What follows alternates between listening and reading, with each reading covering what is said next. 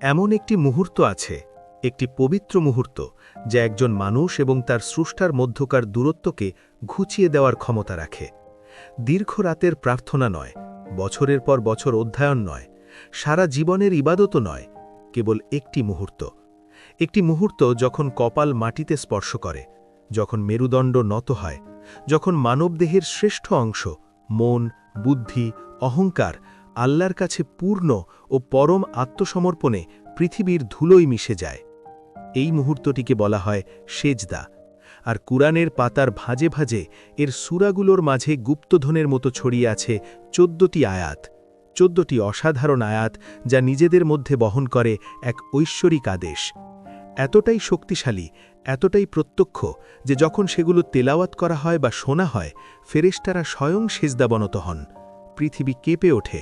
আর মুমিন ব্যক্তি যদি সত্যিই বুঝতে পারেন কি ঘটছে, তবে তিনি অশ্রুসিক্ত চোখে মাটিতে লুটিয়ে পড়বেন, কারণ তিনি উপলব্ধি করবেন যে আল্লাহ এই মুহূর্তে সরাসরি তার সাথে কথা বলছেন, তাকে সেজদা করার জন্য ডাকছেন। এই ১৪টি আয়াত আয়াতে সেজদা বা সেজদার আয়াত নামে পরিচিত। এগুলো কুরআনের সবচেয়ে উপেক্ষিত, সবচেয়ে অবমূল্যায়িত, অথচ আধ্যাত্মিকভাবে সবচেয়ে শক্তিশালী আয়াতগুলোর অন্তর্ভুক্ত। অধিকাংশ মুসলিম জানেন যে এগুলোর অস্তিত্ব আছে, অনেকে নামাজে এগুলো শোনার পর সেজদা করেছেন, কিন্তু খুব কম মানুষই থেমে গভীর প্রশ্নটি করেছেন, কেন এই আয়াতগুলোই? এগুলোর ভেতরে কি লুকিয়ে আছে? রাসূলুল্লাহ সাল্লাল্লাহু আলাইহি ওয়াসাল্লাম এ সম্পর্কে কি বলেছেন? যখন একজন মুমিন এই আয়াতগুলো তেলাওয়াতের সময় সেজদা করেন, তখন আসমানে কি ঘটে? আর সেই ভয়ঙ্কর রহস্যটাই বা কি, যা ব্যাখ্যা করে যে কেন অভিশপ্ত ইবলিস প্রতিবার রাগে জ্বলে ওঠে যখনই একজন মুসলিম এই আয়াতগুলোতে সেজদায় লুটিয়ে পড়েন? এই সফরটি ঠিক সেই বিষয়গুলো নিয়েই। একেবারে শেষ পর্যন্ত আমাদের সাথেই থাকুন, কারণ আপনি যা আবিষ্কার করবেন তা চিরতরে আপনার কুরআন পড়ার ধরন বদলে দেবে। আপনি কোন দেশ থেকে এটি দেখছেন? বিশ্বের যেখানেই থাকুন না কেন, এই ভিডিওটি যদি আপনার হৃদয়ে পৌঁছে থাকে, তবে এই চ্যানেলটি সাবস্ক্রাইব করুন এবং বেল আইকনটি অন করে দিন। আমরা এখানে ইসলামের জ্ঞান, সততা ও গভীরতার সাথে পৌঁছে দিতে এসেছি, যাতে আপনি তা এগিয়ে নিয়ে যেতে পারেন। এখন চলুন আয়াতে সেজদার রহস্য বুঝতে শুরু করি। আমাদের প্রথমে বুঝতে হবে সেজদা মানে কি। অগভীর অর্থে নয়, কেবল একটি শারীরিক ভঙ্গি হিসেবে নয়, বরং এর পূর্ণ আধ্যাত্মিক এবং মহাজাগতিক গুরুত্বের সাথে। সেজদা শব্দটি আরবি মূল স-জ-দ থেকে এসেছে, যার অর্থ নত হওয়া, প্রস্ট্রেট করা বা মহান কোনো কিছুর সামনে নিজেকে বিলীন হয়ে যাওয়া। আর ইসলামে প্রকৃত সেজদা কেবল আল্লাহর জন্য। এটি একজন মানুষের জন্য তার রবের সামনে দাঁড়ানোর সবচেয়ে ঘনিষ্ঠ অবস্থান। এটি সেই মুহূর্ত যখন বান্দা স্রষ্টার সবচেয়ে কাছে থাকে, যেমনটি ইমাম মুসলিম কর্তৃক বর্ণিত একটি হাদিসে রাসূলুল্লাহ সাল্লাল্লাহু আলাইহি ওয়াসাল্লাম নিশ্চিত করেছেন। বান্দা তার রবের সবচেয়ে কাছে থাকে যখন সে সেজদারত থাকে, তাই তখন বেশি বেশি দোয়া করো। এটি কোনো কবিতা নয়, এটি ঐশ্বরিক বাস্তবতা। আপনি যখন সেজদায় থাকেন, আপনার ওপরে আসমানের দুয়ার খুলে যায়, ফেরেশতারা কাছে চলে আসে, এবং আল্লাহ, যিনি মহিমান্বিত ও সর্বোচ্চ, তিনি শোনেন। এখন চিন্তা করুন, যদি সালাতের সাধারণ সেজদাই আল্লাহর সাথে এই স্তরের ঘনিষ্ঠতা বয়ে আনে, তবে সেজদায়ে তিলাওয়াত, যা সরাসরি আল্লাহর কুরআনের আদেশের প্রেক্ষিতে করা হয়, তা কতটা মহিমান্বিত। আধ্যাত্মিক জগতে কি ঘটে যখন একজন ব্যক্তি কেবল রুটিন মাফিক নয়, বরং আল্লাহর নিজ বাণীর তাৎক্ষণিক আদেশে সেজদা করেন? ইসলামের আলেমরা বিস্ময়ের সাথে এ সম্পর্কে লিখেছেন। ইবনে আল কাইয়িম রহিমাহুল্লাহ সেজদায়ে তেলাওয়াতকে ইবাদতের সর্বোচ্চ রূপগুলোর একটি হিসেবে বর্ণনা করেছেন, কারণ এটি কুরআনের তেলাওয়াত এবং তাৎক্ষণিক শারীরিক আত্মসমর্পণের সমন্বয় ঘটায়। হৃদয়, জিহ্বা এবং শরীর সবই একটি সমর্পণের বিন্দুর দিকে ধাবিত হয়, আর এই মিলনই শয়তানের জন্য অসহ্য যন্ত্রণার কারণ হয় বলে তিনি লিখেছেন। ইমাম মুসলিম কর্তৃক বর্ণিত হাদিসে রাসূলুল্লাহ সাল্লাল্লাহু আলাইহি ওয়াসাল্লাম বর্ণনা করেছেন, যখন আদম সন্তান সেজদার আয়াত পাঠ করে এবং সেজদা করে, তখন শয়তান এক পাশে সরে গিয়ে কাঁদতে থাকে এবং বলে, হায় আফসোস, আদম সন্তানকে সেজদার আদেশ দেওয়া হয়েছিল এবং সে সেজদা করেছে, তাই তার জন্য রয়েছে জান্নাত, আর আমাকে সেজদার আদেশ দেওয়া হয়েছিল কিন্তু আমি তা অস্বীকার করেছি, তাই আমার জন্য রয়েছে জাহান্নাম। এটি আবার মনোযোগ দিয়ে পড়ুন। আপনি যখন সেজদায় তেলাওয়াত করেন, তখন আপনি ঠিক সেই কাজটিই করছেন যেটা ইবলিস করতে অস্বীকার করেছিল। আপনি সৃষ্টির পুরনো পরীক্ষার সঠিক দিকে দাঁড়াচ্ছেন এবং প্রতিবার যখনই আপনি সেজদায় লুটিয়ে পড়ছেন তাকে তার নিজের চিরস্থায়ী ধ্বংসের কথা মনে করিয়ে দেওয়া হচ্ছে আর আপনি আপনার জান্নাতের পথ তৈরি করছেন। এটি ছোট বিষয় নয়, এটি একজন মুসলিমের পালন করা সবচেয়ে গভীর আধ্যাত্মিক কাজগুলোর একটি। কিন্তু আয়াতে সেজদাগুলো কোথা থেকে এলো? কেন এই নির্দিষ্ট আয়াতগুলোই? এটি বুঝতে আমাদের কুরআনের প্রকৃতি এবং এর অবতীর্ণ হওয়ার হিকমতের দিকে ফিরে যেতে হবে। কুরআন একবারে নাজিল হয়নি, এটি ২৩ বছর ধরে আয়াত বাই আয়াত, সূরা বাই সূরা নাজিল হয়েছে, ক্রমবর্ধমান মুসলিম সম্প্রদায়ের প্রয়োজন মেটাতে, প্রশ্নের উত্তর দিতে, চ্যালেঞ্জ মোকাবেলা করতে আর সংকট ও উৎসবের মুহূর্তে নির্দেশনা দিতে। আর এই দীর্ঘ উদ্ভাসিত ওহির মধ্যে আল্লাহ ১৪টি নির্দিষ্ট মুহূর্ত বেছে নিয়েছেন একটি সরাসরি ঐশ্বরিক আদেশ প্রদান করার, সেজদা করো। এই ১৪টি মুহূর্ত এলোমেলো নয়, এগুলো কুরআনে অযত্নে ছড়িয়ে দেওয়া হয়নি। প্রতিটি আয়াত টেক্সটের এমন এক নির্দিষ্ট বিন্দুতে এসেছে যেখানে প্রাসঙ্গিক বিষয়টি এতটাই ভারী ও গুরুত্বপূর্ণ যে সেজদা করাই তার একমাত্র উপযুক্ত প্রতিক্রিয়া হয়ে দাঁড়ায়। যখন কুরআন সৃষ্টির মহিমা এবং স্রষ্টার সামনে মানুষের ক্ষুদ্রতার কথা বলে, তখন এটি আপনাকে সেজদা করতে নির্দেশ দেয়। যখন এটি বর্ণনা করে কিভাবে ফেরেশতারা বিরতিহীনভাবে আল্লাহর সামনে সেজদা করে, তখন এটি আপনাকে তাদের সাথে যোগ দিতে নির্দেশ দেয়। যখন এটি তাদের নিন্দা করে, যারা অহংকারবশত সেজদা করতে অস্বীকার করে, যারা সত্য থেকে মুখ ফিরিয়ে নেয় ঘাড় শক্ত করে এবং কঠিন হৃদয় নিয়ে, তখন এটি আপনাকে ভিন্ন হতে নির্দেশ দেয়, আহ্বান জানায় ভালো হতে, অহংকারের বদলে সমর্পণকে বেছে নিতে, নিজের বদলে আল্লাহকে বেছে নিতে। ১৪টি আয়াতে সেজদা নিম্নলিখিত সূরাগুলোতে পাওয়া যায়: সূরা আল আরাফ আয়াত ২০৬, সূরা আর রাদ আয়াত ১৫, সূরা আন নাহাল আয়াত ৫০, সূরা আল ইসরা আয়াত ১০৯, সূরা মারিয়াম আয়াত ৫৮, সূরা আল হাজ আয়াত ১৮, সূরা আল হাজ এখানে দ্বিতীয় সেজদার আয়াত রয়েছে, আয়াত ৭৭। এটি উল্লেখযোগ্য কারণ এটি কোরআনের একমাত্র সূরা যাতে দুটি সেজদার আয়াত রয়েছে এবং এর মধ্যে গভীর প্রজ্ঞা রয়েছে, যা আমরা পরে আলোচনা করব। সূরা আল ফুরকান আয়াত ৬০, সূরা আন নামল আয়াত ২৬, সূরা আস সাজদা আয়াত ১৫। লক্ষ্য করুন যে এই কাজের নামেই একটি আস্ত সূরার নামকরণ করা হয়েছে। সূরা ফুসসিলাত আয়াত ৩৮, সূরা আন নাজম আয়াত ৬২, সূরা আল ইনশিকাক আয়াত ২১, সূরা আল আলাক আয়াত ১৯, সেই সূরা যাতে প্রথম ওহী রয়েছে, হীরা গুহায় রাসূলুল্লাহ সাল্লাল্লাহু আলাইহি ওয়াসাল্লামকে দেওয়া প্রথম শব্দগুলো। এই আয়াতগুলোর প্রত্যেকটি একটি জানালার মতো, এবং যখন আপনি প্রতিটি জানালা দিয়ে তাকাবেন, আপনি একই শাশ্বত সত্যের ভিন্ন ভিন্ন রূপ দেখতে পাবেন। তা হল সৃষ্টির সব কিছু, ইচ্ছায় হোক বা অনিচ্ছায়, আল্লাহর কাছে নত হয়, আর মানুষকে মুক্ত ইচ্ছা শক্তি দেওয়া হয়েছে যাতে সে সেজদা করার সম্মানজনক নির্বাচনটি করতে পারে। চলুন আমরা এখন এই আয়াতগুলো এক এক করে ধীর স্থিরভাবে এবং খোলা মনে পাঠ করি। চলুন শুনি আল্লাহ এই ১৪টি পবিত্র মুহূর্তে কি বলছেন এবং নিজেদের জিজ্ঞেস করি, কেন এখানে, কেন আল্লাহ টেক্সটের ঠিক এই বিন্দুতে সেজদার নির্দেশ দিচ্ছেন। সেজদার প্রথম আয়াতটি কোরআনের ৭ম সূরা আল আরাফের ২০৬ নম্বর আয়াতে এসেছে। আল্লাহ বলেন, নিশ্চয়ই যারা তোমার রবের সান্নিধ্যে রয়েছে তারা তার ইবাদত করতে অহংকার করে না, তারা তার পবিত্রতা ঘোষণা করে এবং তারই উদ্দেশ্যে সেজদা করে। সূরা আল আরাফের চারপাশের আয়াতগুলো ফেরেশতাদের কথা বলে, সেই পবিত্র জ্যোতির্ময় সত্তা যারা নূর থেকে তৈরি এবং এক মুহূর্তের জন্য আল্লাহর অবাধ্য হননি। তারা ক্লান্ত হন না, তারা বিভ্রান্ত হন না, তারা দেরি করেন না। দিন-রাত বিরতিহীনভাবে তারা আল্লাহর মহিমা ঘোষণা করেন এবং তার সামনে সেজদা করেন, আর তারপরই আসে এই আদেশ, তুমিও সেজদা করো। এর তাৎপর্য বিস্ময়কর। আপনি যখন এই আয়াতে সেজদা করেন, আপনি একা নন, আপনি এমন এক মহাজাগতিক জামাতে যোগ দিচ্ছেন যারা পৃথিবী সৃষ্টির আগে থেকেই সেজদা করে আসছে। ফেরেশতারা সেজদা করছে, পাহাড়গুলো সেজদা করছে, গাছপালা সেজদা করছে, নদীগুলো সেজদা করছে, আর আপনি ধুলো ও জল দিয়ে তৈরি এক ক্ষুদ্র মানুষ, আপনাকে তাদের সাথে যোগ দেওয়ার জন্য আমন্ত্রণ জানানো হয়েছে। ইবনে কাসির রাহিমাহুল্লাহ তার তাফসিরে লিখেছেন যে এই আয়াত কি মুমিনের জন্য একটি স্মরণিকা যে আল্লাহর সামনে বিনয়ী হওয়া কোনো দুর্বলতা নয়, এটি সর্বোচ্চ অম্মান। ফেরেশতারা যারা সৃষ্টিতে আমাদের চেয়ে বড়, তারাও সেজদাকে ছোট মনে করেন না। তাহলে কোনো মানুষ কিভাবে একে নিজের জন্য মর্যাদাহানিকর মনে করতে পারে?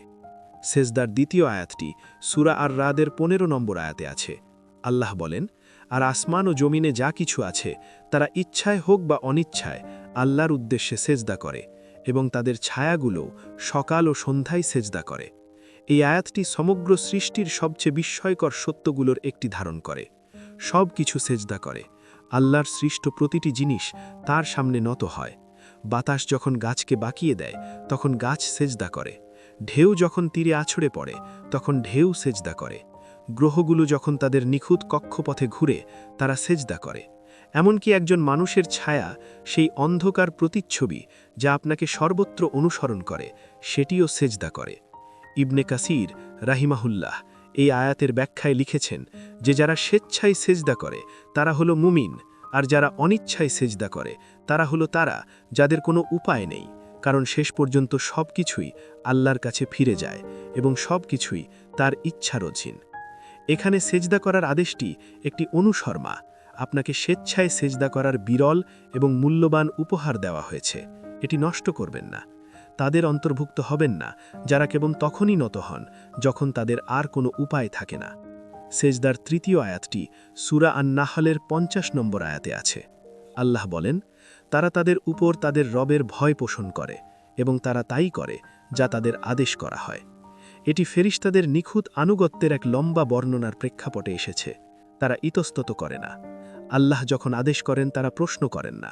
তারা তাৎক্ষণিকভাবে, পূর্ণাঙ্গভাবে এবং কোনো সংশয় ছাড়া মেনে নেয়। আর তাদের এই আনুগত্যের কারণ কেবল ভয় নয়, বরং ভালোবাসা। এমন এক গভীর ও পবিত্র ভালোবাসা যে অবাধ্যতা তাদের কাছে অকল্পনীয়। এখানে সেজদা করা একটি আকাঙ্ক্ষার বহিঃপ্রকাশ।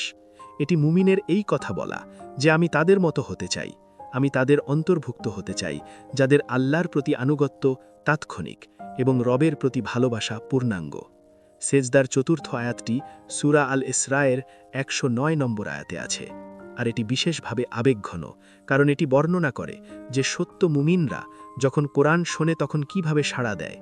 আল্লাহ বলেন, এবং তারা কাঁদতে কাঁদতে মুখে ভর দিয়ে সেজদায় লুটিয়ে পড়ে, এবং এটি তাদের বিনয় আরও বাড়িয়ে দেয়। সুবহানাল্লাহ। এই আয়াতটি আপনার কথাই বলে, সেই মুমিন যে কোরআন শোনে এবং চোখের জলে আপ্লুত হয়। এই আয়াতটি অকৃত্রিম ঈমানের একটি প্রতিকৃতি। আলেমরা এখানে একটি সুন্দর বিষয় লক্ষ্য করেছেন। এই আয়াতের ঠিক আগের আয়াতগুলোতে আল্লাহ বর্ণনা করেন যে আহলে কিতাবের সেই সব আলেমদের যারা সত্যিই সত্যকে বুঝতে পেরেছিল এবং গ্রহণ করেছিল। তারা যখন কোরআন শুনতেন তারা সেজদায় লুটিয়ে পড়তেন এবং কাঁদতেন। তারা তাৎক্ষণিকভাবে সত্যকে চিনতে পারতেন। তাদের চোখ অশ্রুসিক্ত হতো, তাদের কপাল মাটি স্পর্শ করত। সুতরাং এই আয়াতের সেজদা কেবল আনুগত্যের কাজ নয়, এটি স্বীকৃতির একটি কাজ। এটি মুমিনের এই কথা বলা যে হ্যাঁ, আমি আপনাকে শুনতে পাচ্ছি আমার রব, আমি আপনার কণ্ঠস্বর চিনতে পারছি, এবং আমি কাঁদছি কারণ আমি জানি আমি কতটা পিছিয়ে আছি। সেজদার পঞ্চম আয়াতটি সূরা মারিয়ামের 58 নম্বর আয়াতে। এটি সেজদার আয়াতগুলোর মধ্যে সবচেয়ে আবেগপূর্ণ। আল্লাহ বলেন, এরাই তারা যাদের ওপর আল্লাহ অনুগ্রহ করেছেন, আদমের বংশধরদের মধ্য থেকে, নবীদের মধ্য থেকে, এবং যাদের আমরা নূহের সাথে আরোহণ করিয়েছিলাম, এবং ইব্রাহিম ও ইসরাইলের বংশধরদের মধ্য থেকে, এবং যাদের আমরা পথ দেখিয়েছি ও মনোনীত করেছি। যখন তাদের কাছে পরম দয়াময়ের আয়াতসমূহ পাঠ করা হতো তখন তারা সেজদায় লুটিয়ে পড়ত এবং কাঁদত। এই আয়াতটি নবীদের বংশসূত্র এবং আল্লাহর সাথে তাদের নৈকট্যের কথা উল্লেখ করে। এটি বর্ণনা করে যে তারা পৃথিবীর সর্বশ্রেষ্ঠ মানুষগুলো, যাদের আল্লাহ নিজে তার বাণী বহন করার জন্য বেছে নিয়েছিলেন। যখন তারা আর রহমান বা পরম দয়াময়ের আয়াত শুনতেন, তারা অহংকারে সোজা হয়ে দাঁড়িয়ে থাকতেন না, তারা বুদ্ধিদীপ্ত কোনো মাথা নাড়তেন না, তারা লুটিয়ে পড়তেন, তারা কাঁদতেন। আর এখানকার সেজদা হল নবীদের অনুসরণ করার একটি ডাক। সালাম তাদের সবার ওপর, কেবল তাদের কথায় নয়, তাদের হৃদয়েও, কেবল তাদের আইনে নয়, তাদের বিনয়েও। সেজদার ষষ্ঠ আয়াতটি সূরা আল হজ্জের 18 নম্বর আয়াতে, আর এই আয়াতটি পুরো কোরআনের মধ্যে সবচেয়ে ব্যাপক এবং মহাজাগতিক আয়াতগুলোর একটি। আল্লাহ বলেন, তুমি কি দেখছ না যে আল্লাহর উদ্দেশ্যে সেজদা করে যা কিছু আছে আসমানে এবং যা কিছু আছে জমিনে, সূর্য, চাঁদ, নক্ষত্ররাজি, পাহাড় পর্বত, বৃক্ষলতা, জীবজন্তু এবং মানুষের মধ্যে অনেকে, আবার অনেকের ওপর শাস্তি সাব্যস্ত হয়েছে। আর আল্লাহ যাকে অপমানিত করেন তাকে সম্মানদাতা কেউ নেই। নিশ্চয়ই আল্লাহ যা ইচ্ছা তাই করেন। এই আয়াতটি আপনার চোখ খুলে চারপাশের জগৎকে দেখার একটি আমন্ত্রণ। আকাশের দিকে তাকান। সূর্য তার কক্ষপথে জ্বলন্ত ও স্থির থেকে সেজদা করছে। চাঁদ তার নিখুঁত ছন্দে উদিত ও অস্তমিত হয়ে সেজদা করছে। বিশাল মহাকাশে ছড়িয়ে থাকা নক্ষত্রগুলো, যাদের বিন্যাস এতটাই সূক্ষ্ম যে জ্যোতির্বিজ্ঞানীরা শতাব্দী ধরে তা অধ্যয়ন করছেন, তারা সেজদা করছে। প্রাচীন ও অটল পাহাড়গুলো, যা পৃথিবীর বুকে পেরেকের মতো গেঁথে আছে, তারা সেজদা করছে। বৃক্ষরাজি, যারা তাদের ডালপালা আকাশের দিকে প্রসারিত করে রেখেছে, তারা সেজদা করছে। জলে, স্থলে ও আকাশে বিচরণকারী প্রাণীরা জীবনের জটিল জালে থেকেও সেজদা করছে। সব কিছুই নত হচ্ছে, সব কিছুই আল্লাহ সার্বভৌমত্বকে স্বীকার করছে। আর তারপর আয়াতের শেষে একটি সতর্কবাণী আছে, যার হৃদয়কে কাঁপিয়ে দেয়। মানুষের মধ্যে অনেকে সেজদা করছে না এবং অনেকের উপর শাস্তি সাব্যস্ত হয়েছে। আপনি কোন দলে থাকতে চান? সেজদার সপ্তম আয়াতটি সূরা আল হাজ্জের ৭৭ নম্বর আয়াতে। এই সূরার দ্বিতীয় সেজদার আয়াত। আল্লাহ বলেন, হে মুমিনগণ, তোমরা রুকু করো, সেজদা করো, তোমাদের রবের ইবাদত করো এবং ভালো কাজ করো, যাতে তোমরা সফল হতে পারো। এটি অসাধারণ। সেজদার অন্যান্য আয়াতের মতো এটি আল্লাহর সামনে সৃষ্টির নত হওয়ার বর্ণনা দেয় না। এটি ফেরেশতা, নবী বা পাহাড়ের কথা বলে না। এই আয়াতটি সরাসরি আপনাকে বলছে, মুমিনকে ব্যক্তিগতভাবে তার ঈমানের নামে ডাকছে। হে মুমিনগণ, আল্লাহ আপনাকে ডাকছেন। তিনি কোরআনের সবচেয়ে ঘনিষ্ঠ সম্বোধন ব্যবহার করছেন। তিনি বলছেন, আপনি যিনি বিশ্বাস করেন বলে দাবি করেন, তিনি রুকু করুন, সেজদা করুন, ইবাদত করুন, ভালো কাজ করুন। রুকু, সেজদা, ইবাদত এবং ভালো কাজ করার এই সমন্বয়কে আলেমরা ইবাদতের সমস্ত দিক হিসেবে ব্যাখ্যা করেছেন: শারীরিক, আধ্যাত্মিক, নৈতিক এবং সামাজিক। আর শেষে যে ওয়াদা করা হয়েছে তা এর সরলতায় শ্বাসরুদ্ধকর, যাতে আপনি সফল হতে পারেন এই জীবনে, কবরে, বিচার দিবসে এবং পরকালে। এই সব কিছু তুফলিহুন শব্দটির মধ্যে নিহিত। এটি পুরো কোরআনের সবচেয়ে সরাসরি এবং করুণাময় আদেশগুলোর একটি। সেজদার অষ্টম আয়াতটি সূরা আল ফুরকানের ৬০ নম্বর আয়াতে, আর এটি মানুষের জেদের অন্যতম এক জ্বলন্ত উদাহরণ তুলে ধরে। আল্লাহ বলেন, আর যখন তাদের বলা হয় পরম দয়াময়কে সেজদা করো, তখন তারা বলে, আর রহমান আবার কে? তুমি আমাদের যাকে আদেশ করবে আমরা কি তাকেই সেজদা করব? আর এটি তাদের বিমুখতাই বাড়িয়ে দেয়। এই আয়াতে সেজদা করা হলো একটি বৈসদ্দেশ্যের কাজ। এটি মুমিনের এই বলা যে আমি তাদের মতো নই, আমি জানি আর রহমান কে। আমি আমার প্রতিটি নিঃশ্বাসে তার রহমত অনুভব করেছি। প্রতিটি সকালে যখন ঘুম থেকে উঠেছি, প্রতিটি গ্লাস পানি যা আমার তৃষ্ণা মিটিয়েছে, তাতে তারই দয়া ছিল। তাই আমি পূর্ণ জ্ঞান, পূর্ণ কৃতজ্ঞতা এবং পরম দয়াময়ের প্রতি পূর্ণ ভালোবাসায় সেজদা করছি। সেজদার নবম আয়াতটি সূরা আন নামালের ২৬ নম্বর আয়াতে। আল্লাহ বলেন, আল্লাহ, তিনি ছাড়া কোনো ইলাহ নেই, তিনি মহা আরশের রব। এই একটি ছোট আয়াত পুরো কোরআনের তৌহিদের সবচেয়ে মহিমান্বিত ঘোষণাগুলোর একটি। এটি সুলাইমান আলাইহিসসালাম এবং সাবার রানীর কল্পের কথা বলে। এমন এক রানী যিনি একটি সমৃদ্ধ ও শক্তিশালী রাজ্য শাসন করতেন, কিন্তু যার প্রজারা আল্লাহর পরিবর্তে সূর্যকে সেজদা করত। আর এই কল্পের মাঝখানে আল্লাহ এই ঘোষণার মধ্য দিয়ে বর্ণনাটি থামিয়ে দেন, আল্লাহ ছাড়া কোনো মাবুদ নেই, তিনি মহা আরশের একমাত্র মালিক। এখানকার সেজদা হলো একটি তৌহিদের কাজ, ইসলামের সবচেয়ে মৌলিক কাজ। এটি মুমিনের কপাল মাটিতে ঠেকিয়ে এই সাক্ষ্য দেওয়া যে আসমানে ও জমিনে আল্লাহ ছাড়া সেজদার যোগ্য আর কিছুই নেই। সূর্য নয়, নক্ষত্র নয়, সম্পদ, ক্ষমতা বা খ্যাতিও নয়, কেবল আল্লাহ। সেজদার দশম আয়াতটি স্বয়ং সূরা আস-সাজদাতে রয়েছে, যে সূরার নামকরণ করা হয়েছে এই কাজের নামে।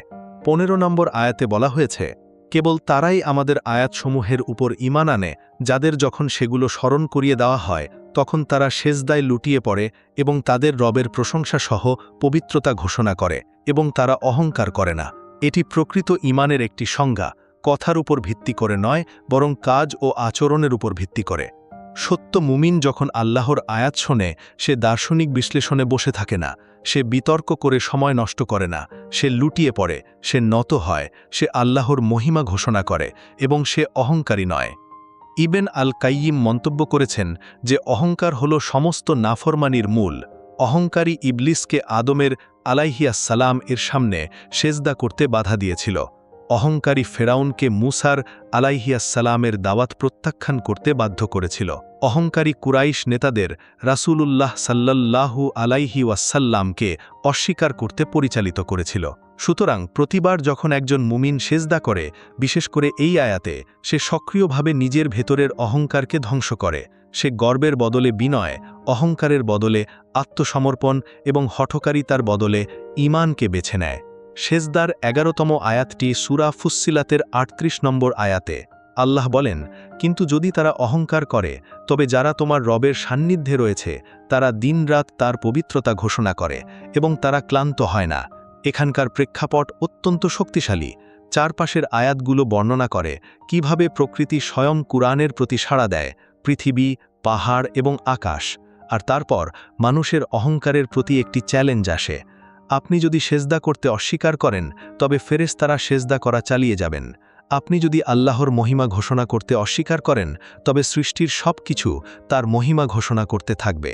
আপনার অহংকার আল্লাহর মহিমাকে এক অনুপরিমাণও কমাতে পারবে না, বরং এটি আপনাকে ছোট করে, এটি আপনাকে রিক্ত করে, এটি আপনাকে শান্তি, নূর এবং অর্থের সেই সর্বশ্রেষ্ঠ উৎস থেকে বিচ্ছিন্ন করে দেয় যা এই মহাবিশ্বে বিদ্যমান। এখানকার সেজদা হল এক জাগরণের কাজ। মুমিন অহংকারের ঘুম থেকে জেগে বিনীত স্বীকৃতির নূরের দিকে ফিরে আসে। সেজদার ১২তম আয়াতটি সূরা আন নাজমের ৬২ নম্বর আয়াতে আল্লাহ বলেন, অতএব আল্লাহকে সেজদা করো এবং তারই এবাদত করো। এটি সম্ভবত সেজদার আদেশগুলোর মধ্যে সবচেয়ে সরাসরি এবং অলঙ্কারহীন একটি আদেশ, একটি বিশুদ্ধ, সহজ ও প্রত্যক্ষ আদেশ, কিন্তু এর প্রেক্ষাপট এটিকে অসাধারণ করে তুলেছে। সূরা আন নাজম সেই বিখ্যাত আয়াত দিয়ে শুরু হয়েছে যেখানে রাসূলুল্লাহ সাল্লাল্লাহু আলাইহি ওয়াসাল্লাম এবং নক্ষত্রের শপথ করে ওহির কথা বলা হয়েছে। নক্ষত্রের কসম, যখন তা অস্তমিত হয়, তোমাদের সঙ্গী বিপথগ্রামী হননি এবং পথভ্রষ্টও হননি, বরং এটি এক প্রত্যাদেশ যা তার উপর নাজিল করা হয়। এই সূরাটি মক্কায় নাজিল হওয়া প্রথম সূরাগুলোর মধ্যে একটি। আর একটি বিখ্যাত ঐতিহাসিক বর্ণনা আছে যে রাসূলুল্লাহ সাল্লাল্লাহু আলাইহি ওয়াসাল্লাম যখন মক্কার মানুষের সামনে, মুসলিম ও মুশরিক সবার সামনে সূরা আন নাজম তেলাওয়াত করছিলেন এবং সেজদার এই শেষ আয়াতে পৌঁছালেন, তখন সেখানে উপস্থিত সকলেই, মুসলিম ও মুশরিক নির্বিশেষে, মাটিতে সেজদায় লুটিয়ে পড়েন। বাণীর শক্তি এবং সেই মুহূর্তের গাম্ভীর্য এমনকি তাদেরও অভিভূত করেছিল যারা তখনও ইসলাম গ্রহণ করেননি। এটি সহিহ বুখারীতে বর্ণিত আছে। কুরআনের তেলাওয়াত নিজেই একটি মোজেজা এবং এই ঘটনাটি তার অন্যতম উজ্জ্বল প্রমাণ। সেজদার ১৩তম আয়াতটি সূরা আল ইনশিকাকের ২১ নম্বর আয়াতে। এই সূরাটি কেয়ামত দিবস এবং আকাশের ফেটে যাওয়ার বর্ণনা দেয়। আর তারপর আল্লাহ বলেন, তবে তাদের কি হয়েছে যে তারা ঈমান আনে না, আর যখন তাদের কাছে কুরআন পাঠ করা হয় তখন তারা সেজদা করে না। এই আয়াতটি অত্যন্ত জোরালো, কারণ এটি প্রায় একটি বিস্ময়সূচক প্রশ্ন, মানুষের জেদের ওপর একটি ঐশ্বরিক বিস্ময়। সবকিছু বর্ণনা করার পর, আকাশের ফেটে যাওয়া, পৃথিবীর প্রসারণ, কেয়ামত দিবস এবং আল্লাহর সাথে সাক্ষাতের কথা বলার পর কিভাবে কেউ কুরআন শুনতে পারে এবং তবুও সেজদা করে না? এখানকার সেজদা হল এক সুস্থ মস্তিষ্কের পরিচয়। এটি মুমিনের এই বলা যে আমি বুঝতে পারছি কি ঝুঁকির মুখে আছে, আমি বুঝতে পারছি এই সব কিছু কোথায় গিয়ে শেষ হবে এবং আমি সেজদা করছি কারণ আমি জানি সেই দিন কি ঘটবে যখন সেজদা করার আর কোনো সুযোগ থাকবে না। সেজদার ১৪তম এবং শেষ আয়াতটি সূরা আল আলাকের ১৯ নম্বর আয়াতে। এটি সেই সূরা যা ইকরা, পড়ো দিয়ে শুরু হয়েছিল। হেরা গুহায় রাসূলুল্লাহ সাল্লাল্লাহু আলাইহি ওয়াসাল্লামের উপর নাজিল হওয়া প্রথম শব্দ। আর সূরাটি এমন একটি আদেশের মাধ্যমে শেষ হয়েছে যা সরাসরি সেই শুরুর মুহূর্তের সাথে সংযোগ স্থাপন করে। কখনো না, তুমি তার অনুসরণ করো না, বরং তুমি সেজদা করো এবং নিকটবর্তী হও। এই শব্দগুলো একটি নির্দিষ্ট ঘটনার প্রেক্ষিতে নাজিল হয়েছিল। আবু জাহেল, ইসলামের চরম শত্রুদের একজন, হুমকি দিয়েছিল যে মুহাম্মদ সাল্লাল্লাহু আলাইহি ওয়াসাল্লাম যদি মসজিদে হারামে নামাজ পড়া চালিয়ে যান, তবে সে তাকে পিষে ফেলবে। সে বলেছিল যে সে নবীর ঘাড়ে পা রাখবে, আর আল্লাহ এই আয়াতের মাধ্যমে তার উত্তর দিয়েছিলেন, কখনো না, তুমি তার অনুসরণ করো না। অহংকারীদের হুমকি যেন তোমাকে সেজদা করা থেকে বিরত না রাখে। তবুও নত হও, তবুও মাটিতে লুটিয়ে পড়ো এবং এর মাধ্যমেই আমার নিকটবর্তী হও। ইবনে কাসির মন্তব্য করেছেন যে এই শেষ আদেশটি কেবল আবু জাহেলের জন্য উত্তর ছিল না, এটি বিশ্বের প্রতিটি বাধা, প্রতিটি হুমকি, প্রতিটি শক্তির উত্তর, যা একজন মুমিনকে আল্লাহর ইবাদত থেকে থামানোর চেষ্টা করে। তাদের অনুসরণ করো না, সেজদা করো এবং নিকটবর্তী হও। ইমাম আল গজ্জালি তার মহান গ্রন্থ ইহিয়াউ উলুমিদ্দিনে লিখেছেন যে সেজদায় তেলাওয়াত হল হৃদয়ের রোগের ঔষধ। তিনি ব্যাখ্যা করেছেন যে একজন মানুষ যে সবচেয়ে বড় অসুস্থতায় ভুগতে পারে তা শারীরিক নয়, তা হল আধ্যাত্মিক। এটি হল হৃদয়ের কাঠিন্য, আল্লাহর কাছ থেকে বাড়তে থাকা দূরত্ব, নিজের উদ্দেশ্য ভুলে যাওয়ার এক ধীর কিন্তু মারাত্মক প্রক্রিয়া। আর তিনি লিখেছেন, সেজদা হল এই রোগের সবচেয়ে শক্তিশালী প্রতিষেধকগুলোর একটি। কারণ আপনি যখন আপনার কপাল মাটিতে ঠেকাচ্ছেন, তখন এমন কিছু ঘটে যা ভাষায় পুরোপুরি ব্যাখ্যা করা যায় না। অহং নরম হয়, গর্ব গলে যায়, পৃথিবীর কোলাহল শান্ত হয়ে আসে। আর একটি মুহূর্তের জন্য, কখনো কখনো কেবল একটি মুহূর্ত, কিন্তু সেটি এক বাস্তব ও মূল্যবান মুহূর্ত, আপনি আল্লাহর নৈকট্য অনুভব করেন। আপনি অনুভব করেন যে তিনি সেখানে আছেন। আপনি অনুভব করেন যে তিনি আপনাকে শুনছেন। আর ইমাম আল গজ্জালি লিখেছেন, সেই অনুভূতিই হল হৃদয়ের নিরাময়ের শুরু। রাসূলুল্লাহ সাল্লাল্লাহু আলাইহি ওয়াসাল্লাম সেজদায় তেলাওয়াত কিভাবে করতে হয় সে সম্পর্কে সুনির্দিষ্ট নির্দেশনাও দিয়েছেন। আবু দাউদ কর্তৃক বর্ণিত এবং বিশুদ্ধ প্রমাণিত একটি হাদিসে আছে, নবী সাল্লাল্লাহু আলাইহি ওয়াসাল্লাম তেলাওয়াতের সেজদায় বলতেন, আমার মুখমণ্ডল সেজদা করেছে সেই সত্তার কাছে যিনি একে সৃষ্টি করেছেন, এর অবয়ব তৈরি করেছেন এবং তার শক্তি ও সামর্থ্যের মাধ্যমে এর শ্রবণ ও দৃষ্টিশক্তি দান করেছেন। বরকতময় আল্লাহ, যিনি শ্রেষ্ঠ স্রষ্টা। এই শব্দগুলোর মধ্যে কৃতজ্ঞতার এক পূর্ণাঙ্গ দর্শন লুকিয়ে রয়েছে। মুখমণ্ডল, যা মানবদেহের সবচেয়ে স্বতন্ত্র এবং ব্যক্তিগত অংশ, যে অংশটি আমাদের পরিচয় এবং মর্যাদা বহন করে, তাকে সেই সত্তার স্বীকৃতিতে মাটিতে রাখা হচ্ছে। যে শ্রবণ শক্তি আমাদের কুরআনের বাণী গ্রহণ করতে সাহায্য করে, তা আল্লাহর পক্ষ থেকে। যে দৃষ্টিশক্তি আমাদের তার কিতাব পড়তে সাহায্য করে, তা আল্লাহর পক্ষ থেকে। তাই আমরা যখন নত হই, তখন আমরা এই উপহারগুলো তাদের উৎসর কাছে সম্ভাব্য সবচেয়ে প্রত্যক্ষ এবং শারীরিক উপায়ে ফিরিয়ে দিচ্ছি।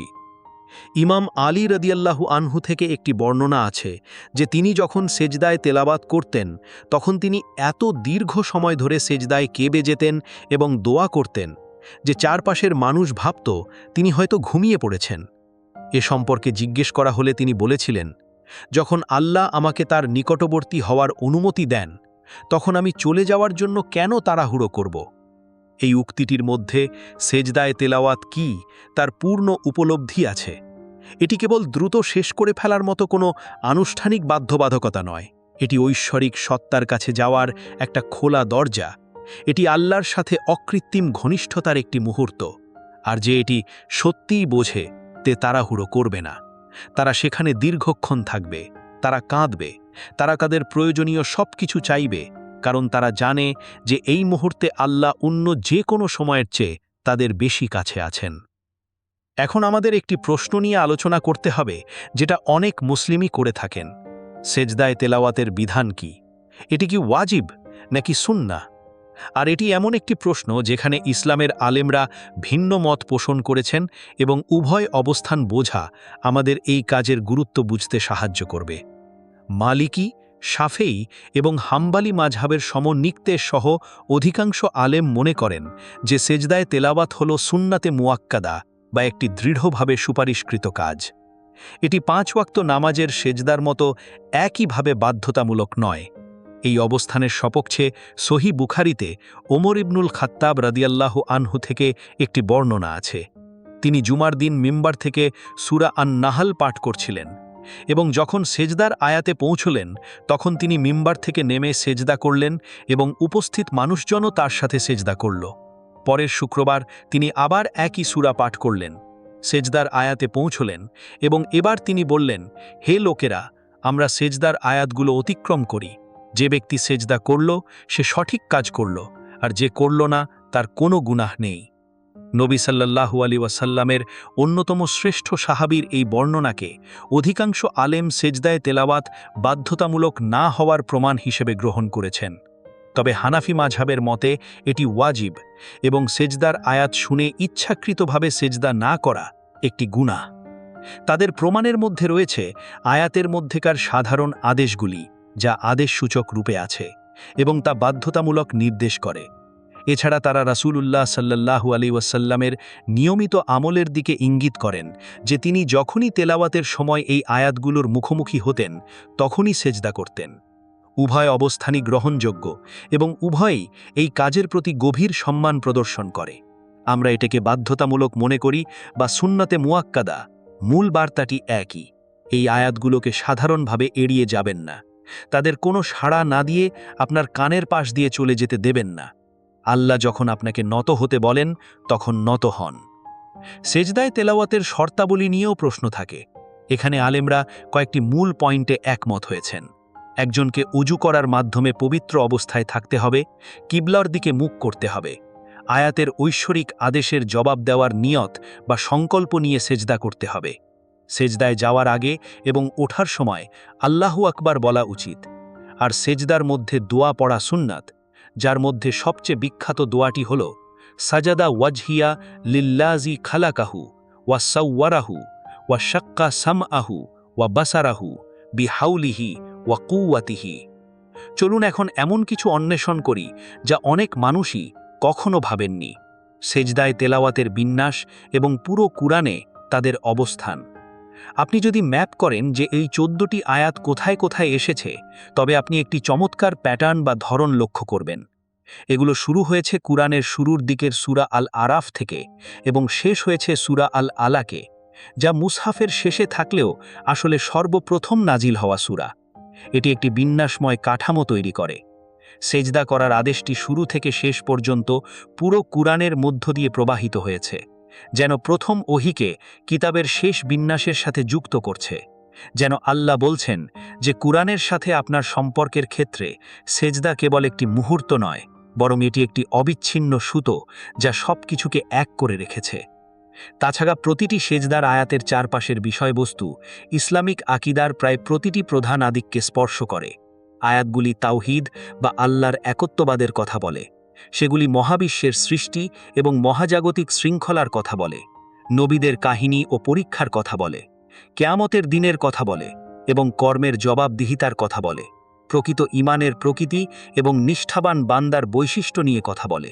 সংক্ষেপে 14টি আয়াতে সেজদা হল কুরআনের মূল বার্তার একটি পূর্ণাঙ্গ সারসংক্ষেপ।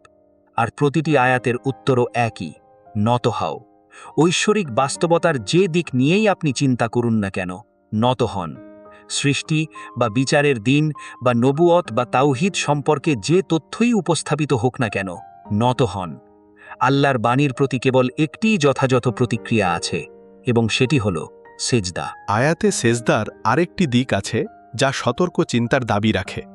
রাসূলুল্লাহ সাল্লাল্লাহু আলাইহি ওয়াসাল্লামের সফর এবং ইসলামের প্রাথমিক ইতিহাসের সাথে এদের সম্পর্ক। এই আয়াতগুলোর বেশ কয়েকটি নবীর দাওয়াতের সবচেয়ে কঠিন সময়ে মক্কি জীবনে নাজিল হয়েছিল, যখন মুসলিমরা ছিল এক ক্ষুদ্র নির্যাতিত সংখ্যালঘু এবং তাদের নির্যাতন, বয়কট ও নির্বাসনের মুখোমুখি হতে হচ্ছিল।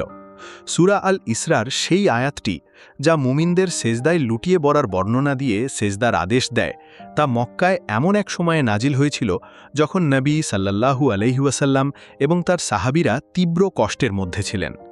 তাদের জন্য সেজদা কেবল একটি আধ্যাত্মিক কাজ ছিল না, এটি ছিল একটি প্রতিরোধের কাজ। প্রতিবার যখন তারা আল্লাহর সামনে নত হতেন, তারা কুরাইশদের বলতেন, আমরা তোমাদের মূর্তির সামনে নত হব না, আমরা তোমাদের কর্তৃত্ব স্বীকার করব না, আমরা কেবল আল্লাহর সামনে নত হই। আর এই অর্থে সেজদায়ে তিলাওয়াত সাহস ও ধৈর্যের এক ঐতিহাসিক স্মৃতি বহন করে। এটি আমাদের সেই প্রথম যুগের মুসলিমদের সাথে যুক্ত করে, যারা মক্কার পাথুরে মাটিতে পিঠে ক্ষত আর চোখে জল নিয়ে সেজদা করেছিলেন, তবুও তাদের রবকে ত্যাগ করতে অস্বীকার করেছিলেন। সূরা আল আলাকের আয়াতটি তার অনুসরণ করো না, বরং সেজদা করো এবং নিকটবর্তী হও এর সবচেয়ে প্রত্যক্ষ উদাহরণ। এটি নবী সাল্লাল্লাহু আলাইহি ওয়াসাল্লাম যখন নামাজ পড়ছিলেন তখন তার বিরুদ্ধে দেওয়া একটি সরাসরি শারীরিক হুমকির জবাবে নাজিল হয়েছিল। আর সেই হুমকির জবাবে আল্লাহর উত্তর কোনো সেনাবাহিনী ছিল না, কোনো ধ্বংসাত্মক মোজেজা ছিল না, কোনো ঐশ্বরিক শক্তির প্রদর্শনী ছিল না। এটি ছিল নত হওয়ার একটি আদেশ। সেজদা চালিয়ে যাও, অহংকার যেন তোমাকে আমার কাছে আসা থেকে বিরত রাখতে না পারে। এটি এমন একটি বার্তা যা শতাব্দীর পর শতাব্দী ধরে সেই প্রতিটি মুসলিমের হৃদয়ে প্রতিধ্বনিত হয়েছে যারা নির্যাতন, বৈষম্য বা দিন ত্যাগ করার চাপের সম্মুখীন হয়েছে। সেজদা করো, আল্লাহর নিকটবর্তী হও এবং অহংকারীদের তাদের অহংকারের উপর ছেড়ে দাও। আমাদের আয়াতে সেজদার সেই অসাধারণ আধ্যাত্মিক উপকারিতাগুলো নিয়েও কথা বলা উচিত যা আলেমগণ এবং নেককারগণ এর নিয়মিত তেলাওয়াতের সাথে যুক্ত করেছেন। ইবনে আল কাইয়িম তার আল ওয়াবিল আল সাইয়িব গ্রন্থে লিখেছেন যে কঠিন হৃদয়কে নরম করার দ্রুততম উপায়গুলোর একটি হল ঘন ঘন সেজদার আয়াতগুলো পাঠ করা এবং পূর্ণ উপস্থিতি ও সচেতনতার সাথে সেজদা করা। তিনি বর্ণনা করেছেন কিভাবে পাপ, গাফেলতি এবং দুনিয়ার প্রতি আসক্তির কারণে হৃদয়ে মরিচার স্তর জমে যায়, আর আল্লাহর বাণীর সরাসরি আদেশের জবাবে করা সেজদা হল এই মরিচা দূর করার এবং হৃদয়ের প্রাকৃতিক নূর ফিরিয়ে আনার অন্যতম কার্যকর হাতিয়ার। সেজদায়ে তিলাওয়াতের প্রতি ফেরেশতাদের প্রতিক্রিয়া সম্পর্কেও বর্ণনা রয়েছে। যখন একজন মুমিন সেজদার আয়াতে নত হয় তখন উপস্থিত ফেরেশতারা বলেন, এই সেই বান্দা যে তার রবের কথা শুনে সেজদা করেছে, এবং তারা সেই বান্দার পক্ষ থেকে আল্লাহর পবিত্রতা ঘোষণা করেন। ইমাম আহমদ কর্তৃক বর্ণিত একটি হাদিসে রাসূলুল্লাহ সাল্লাল্লাহু আলাইহি ওয়াসাল্লাম বলেছেন যে ফেরেশতারা যারা সেজদা করে তাদের জন্য ক্ষমা প্রার্থনা করেন এবং বলেন, হে আল্লাহ, তাকে ক্ষমা করুন, হে আল্লাহ, তাকে রহম করুন। এই সেজদার কাজটি আক্ষরিক অর্থেই সেই ব্যক্তির উপর ফেরেশতাদের সুপারিশ নিয়ে আসে। আর একটি বর্ণনা রয়েছে, যদিও সব আলেম একে সর্বোচ্চ স্তরের বিশুদ্ধতা দেন না, তবে ইসলামী সাহিত্যে এটি ব্যাপকভাবে বর্ণিত। কিয়ামত দিবসে মুমিনদের কপালে সেজদার চিহ্নগুলো এক বিশেষ আলোতে চমকাবে। আল্লাহর ইবাদতে কপাল যেখানে মাটির সাথে মিশেছিল সেই স্থানটি আলোকিত হয়ে উঠবে এবং বিশ্বজগতের রবের সামনে একটি সম্মান ও নিশান হিসেবে কাজ করবে। এটি সেজদায়ে তিলাওয়াত হোক বা নামাজের সাধারণ সেজদা, মূলনীতিটি একই। আমরা আল্লাহর সামনে যখন নত হই সেই মুহূর্তগুলো হারিয়ে যায় না, সেগুলো লেখা থাকে, সংরক্ষিত থাকে এবং এমনভাবে পুরস্কৃত হয় যা আমাদের বোধগম্যের বাইরে। চলুন এখন একটি ব্যবহারিক দিক নিয়ে চিন্তা করি যা অনেক মুসলিম এড়িয়ে যান। কিভাবে আয়াতে সেজদাকে আমাদের দৈনন্দিন জীবনে আরও অর্থবহভাবে অন্তর্ভুক্ত করা যায়। এই আয়াতগুলো আছে শুধু তা জানাই যথেষ্ট নয়, এই জ্ঞানকে কাজে রূপান্তর করতে হবে এবং সেই কাজের মধ্যে সচেতনতা ও সংকল্প থাকতে হবে। মহান আলেম ইমাম আন-নাবাবী রাহিমাহুল্লাহ সুপারিশ করেন যে প্রতিটি মুমিন যারা নিয়মিত কুরআন তেলাওয়াত করেন তাদের উচিত প্রতিটি সেজদার আয়াতে বিরতি দেওয়া, কেবল শারীরিক কাজটি করার জন্য নয়, বরং চারপাশের আয়াতগুলো নিয়ে গভীরভাবে চিন্তা করার জন্য নিজেকে জিজ্ঞাসা করার যে আল্লাহ এখানে আমাকে কি বলছেন, তার মহিমার কোন দিকটি এখানে উপস্থাপিত হচ্ছে বা মানুষের কোন ব্যর্থতা সম্পর্কে সতর্ক করা হচ্ছে, এবং তারপর সেই চিন্তার প্রতিক্রিয়া হিসেবে সেজদা করা, কোনো যান্ত্রিক ভঙ্গি হিসেবে নয়, বরং উপস্থাপিত সত্যের প্রতি হৃদয়ের অকৃত্রিম স্বীকৃতির বহিঃপ্রকাশ হিসেবে। ইমাম আল গাজ্জালি সুপারিশ করেন যে সেজদায়ে তিলাওয়াতের সময় সেজদাকে দীর্ঘ করা উচিত এবং তা দোয়া দিয়ে পূর্ণ করা উচিত। তিনি লিখেছেন যে মানব অভিজ্ঞতায় সেজদার অবস্থাটি অনন্য। দেহ যখন জাগতিকভাবে তার নিম্নতম বিন্দুতে থাকে তখন আত্মা আধ্যাত্মিকভাবে তার সর্বোচ্চ বিন্দুতে থাকে। তিনি লিখেছেন এই বৈপরীত্যই সেজদার অন্তরালে লুকিয়ে থাকা অন্যতম মহান প্রকিমা। পৃথিবী মহত্ব পরিমাপ করে একজন মানুষ কত উঁচুতে দাঁড়িয়ে আছে তা দিয়ে, আল্লাহ মহত্ব পরিমাপ করেন একজন মানুষ কতটা স্বেচ্ছায় নত হয় তা দিয়ে। সালাফ আস-সালেহিন বা নেককার পূর্বপুরুষদের থেকে জুমার দিন ফজরের নামাজে সূরা আস-সাজদা পড়ার এক বন্ধুর আমলের কথা জানা যায়। সাহি মুসলিমে বর্ণিত আছে যে রাসূলুল্লাহ সাল্লাল্লাহু আলাইহি ওয়াসাল্লাম জুমার দিনের ফজরের নামাজের প্রথম রাকাতে প্রায়শই সূরা আস-সাজদা তেলাওয়াত করতেন।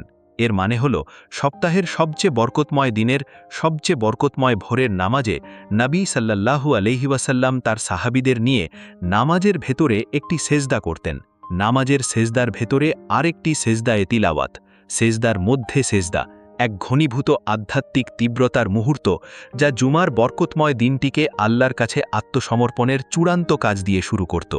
আমাদের সেই ব্যক্তি সম্পর্কেও বলা উচিত যিনি নিয়মিতভাবে আয়াতে সেজদাকে অবহেলা করেন, যিনি এগুলো শোনেন কিন্তু কোনো সাড়া না দিয়েই চলে যান, যার হৃদয় এতটাই শক্ত হয়ে গেছে যে নত হওয়ার ঐশ্বরিক আদেশ তাকে আর নাড়া দেয় না।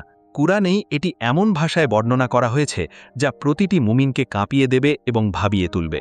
সূরা আল ইনশিকাক, যাতে 14টি সেজদার আয়াতের একটি রয়েছে, সেখানে আল্লাহ বিস্ময়ের সাথে বলেন, তবে তাদের কি হয়েছে যে তারা ঈমান আনে না, আর যখন তাদের কাছে কুরআন পাঠ করা হয় তখন তারা সেজদা করে না। তাফসীরকারীগণ নোট করেছেন যে এই আয়াতটি কেবল রাসূলুল্লাহ সাল্লাল্লাহু আলাইহি ওয়াসাল্লামের সময়ের অবিশ্বাসীদের দর্শন দিচ্ছে না, এটি একটি হৃদয়ের অবস্থা বর্ণনা করছে, এক আধ্যাত্মিক অসারতা যা যে কারো হতে পারে যদি তারা কুরআনের সাথে সংযোগ দুর্বল করে ফেলে। একজন মানুষ কুরআন পড়তে পারেন কিন্তু তা অনুভব না করে, তারা শব্দগুলো উচ্চারণ করতে পারেন কিন্তু তাদের ওজন না অনুভব করে। আর সেজদার আয়াত হল চূড়ান্ত পরীক্ষা, হয় আপনি নত হবেন নয়তো হবেন না, হয় আল্লাহর বাণী আপনার শরীরকে নাড়া দেবে নয়তো দেবে না, আর সেই মুহূর্তে আপনার শরীরের অবস্থাই আপনার হৃদয়ের অবস্থা প্রতিফলিত করবে। এই কারণেই ইবনে আল কাইয়্যিম পূর্ণ সচেতনতার সাথে সেজদায়ে তিলাওয়াত করার গুরুত্ব নিয়ে এত জরুরিভাবে লিখেছেন। তিনি সতর্ক করেন যে মুমিন ব্যক্তি যদি এটি যান্ত্রিকভাবে করে, শুধু প্রত্যাশিত বলেই নত হয়, কিন্তু কেন বা কি করছে সে সম্পর্কে কোনো সচেতনতা না থাকে, তাহলে সে এক বিপজ্জনক আধ্যাত্মিক অবস্থায় আছে। কারণ ইবাদতের যান্ত্রিক সম্পাদন হল হৃদয়ের বিচ্যুতি বা দূরে সরে যাওয়ার লক্ষণ। আর এর প্রতিকার হিসেবে তিনি লিখেছেন নতুন দৃষ্টি এবং একটি ব্যাকুল হৃদয় নিয়ে কুরআনের কাছে ফিরে আসা, ধীরে ধীরে পড়া, সেজদার আয়াতগুলোতে থামা এবং আল্লাহর কাছে সেই হৃদয়ের নম্রতা প্রার্থনা করা যা আল্লাহর আদেশকে তার পূর্ণ ওজনের সাথে গ্রহণ করতে পারে। আয়াতে সেজদার রহস্য শেষ পর্যন্ত এটাই যে কুরআনে 14টি এমন মুহূর্ত আছে যেখানে পড়া এবং জীবনযাপন করার মধ্যে সীমানা পুরোপুরি মুছে যায়। কুরআনের অন্যান্য প্রতিটি আয়াতে মুমিন মূলত একজন শ্রোতা বা শিক্ষার্থীর ভূমিকায় থাকেন, তথ্য গ্রহণ করেন, বিজ্ঞতা নিয়ে চিন্তা করেন, কাহিনী ও আদেশ নিয়ে গবেষণা করেন। কিন্তু আয়াতে সেজদায় ভূমিকা বদলে যায়। আল্লাহ কেবল আপনাকে তথ্য দিচ্ছেন না, আপনাকে আদেশ দিচ্ছেন। আর এই আদেশটি বিমূর্ত নয়, এটি শারীরিক, তাৎক্ষণিক এবং প্রত্যক্ষ। সেজদা করো এখন, এই মুহূর্তে, আপনি যেখানেই থাকুন না কেন, যাই করুন না কেন বা কেমনই অনুভব করুন না কেন, যখন আপনি আপনার স্রষ্টার ডাক শুনবেন তখন নত হন। আর সেই নত হবার মধ্যে, সেই এক মুহূর্তে যখন আপনার কপাল আপনার স্রষ্টার সরাসরি আদেশের জবাবে মাটি স্পর্শ করে, তখন গভীর কিছু ঘটে যায়। সেই ফেরেশতা যে সেজদার আদেশ প্রত্যাখ্যান করেছিল সে কাঁদতে থাকে। সেই মুমিন যে সেই আদেশ গ্রহণ করে সে আল্লাহর আরও প্রিয় হয়ে যায়। বান্দা এবং রবের মধ্যে দূরত্ব এমন এক বিন্দুতে কমে যায় যা পরিমাপ করা অসম্ভব। আর যে কপাল আনুগত্যের সাথে মাটিতে মিশেছে সেই পৃথিবীতে অদৃশ্য কিন্তু পরকালে উজ্জ্বল একটি চিহ্ন বহন করে, যা বলে এই ব্যক্তিটি তার রবের ডাক শুনেছিল এবং সে এসেছিল। আল্লাহ আমাদের তাদের অন্তর্ভুক্ত করুন যারা খোলা মনে তার আয়াতগুলো শোনে। তিনি আমাদের সেই নম্রতা দেন যাতে তার বাণী পঠিত হলে আমরা কাঁদতে পারি। তিনি আমাদের সেই বিনয় দেন যাতে প্রতিবার তার ডাকে আমরা পূর্ণ উপস্থিতি এবং পূর্ণ লবের সাথে নত হতে পারি। তিনি আমাদের তাদের মধ্যে লিখে রাখুন যাদের কপাল কিয়ামত দিবসে সাক্ষ্য হিসেবে চমকাবে যে আমরা অহংকারের পরিবর্তে আত্মসমর্পণ এবং স্বাচ্ছন্দ্যের বিপরীতে আল্লাহর নৈকট্যকে বেছে নিয়েছিলাম। তিনি আমাদের প্রতিটি সেজদা কবুল করুন এবং সেগুলোকে তার রহমত ও জান্নাতের পথ বানিয়ে দেন। আমিন ইয়া রব্বাল আলামিন।